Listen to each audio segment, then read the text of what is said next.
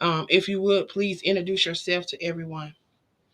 Hi, everybody. Hi, I'm Rolanda Pyle, and I'm a author. I have 4 books, and I've also contributed to a lot of anthologies and to a lot of professional journals. I'm a social worker by trade. That's my job. I work in the field of aging, helping the elderly, and I love God. I love people. So, what has this journey as an author been like for you? It's been, it's had both positive and negative. It's been good in the fact that I always like to write. I didn't really see myself as an author. But when I was in the 8th grade, my teacher told me that I had a creative writing ability, and that stuck with me. So I continued to write and write, and then I always did poetry, and I would do poetry for special occasions. And, my friends and other people I work with would say, "Why don't you publish your poems?" And I had never thought of it. So I did. That's why my first book is called Finally, because I finally put it all together and did my first book.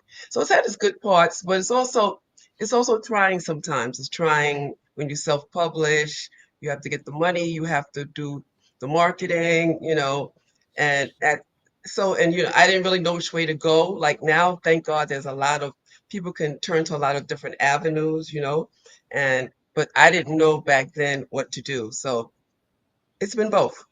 So, share what have been some of your biggest challenges as a self-published author, because a lot of people they will they'll keep putting it off, keep putting it off, keep putting it off. I hear people say, "Well, I want to do a book. I want to do." What's stopping you? So, what was your biggest challenge? I think my Um, biggest challenge was, how do you do it? I didn't know how to do it, and really at that time I didn't really know anyone who had done it. So I didn't know where to go for help. I didn't know what the steps were. I even worked with a guy who I ended up having to take to small claims court because he took my money, but he didn't really do anything. So I didn't know who to trust, who not to trust, which way to go. So I think for me, that was my biggest challenge. And then the second biggest challenge for me is marketing because, I was working and doing other things. So I didn't really have a lot of time to market my books like I should have.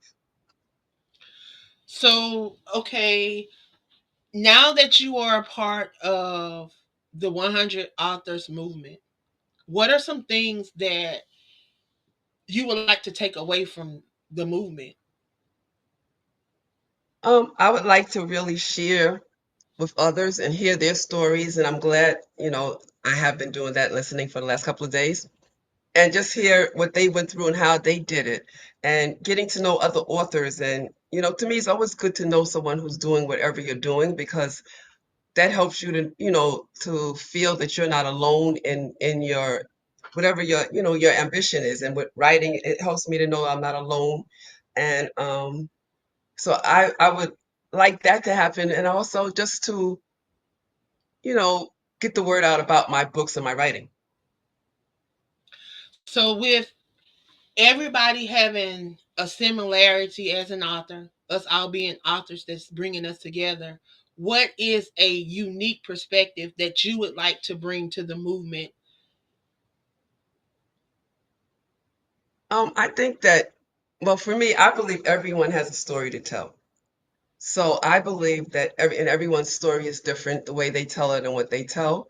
So I think I bring my perspective, what led me to this journey, how I started writing poetry, why I write poetry, why I write, period.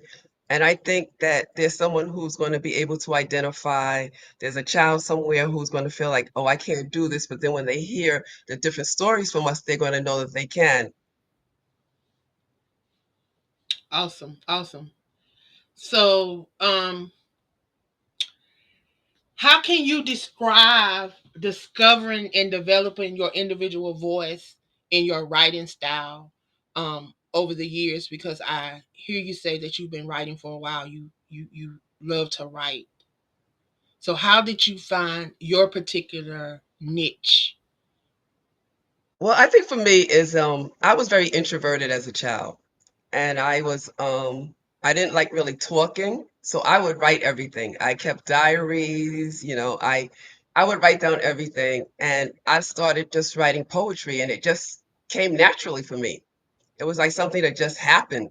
And so I started writing poetry. Like I said, I did personal poetry, so for somebody's birthday, for somebody's anniversary, and people were really blessed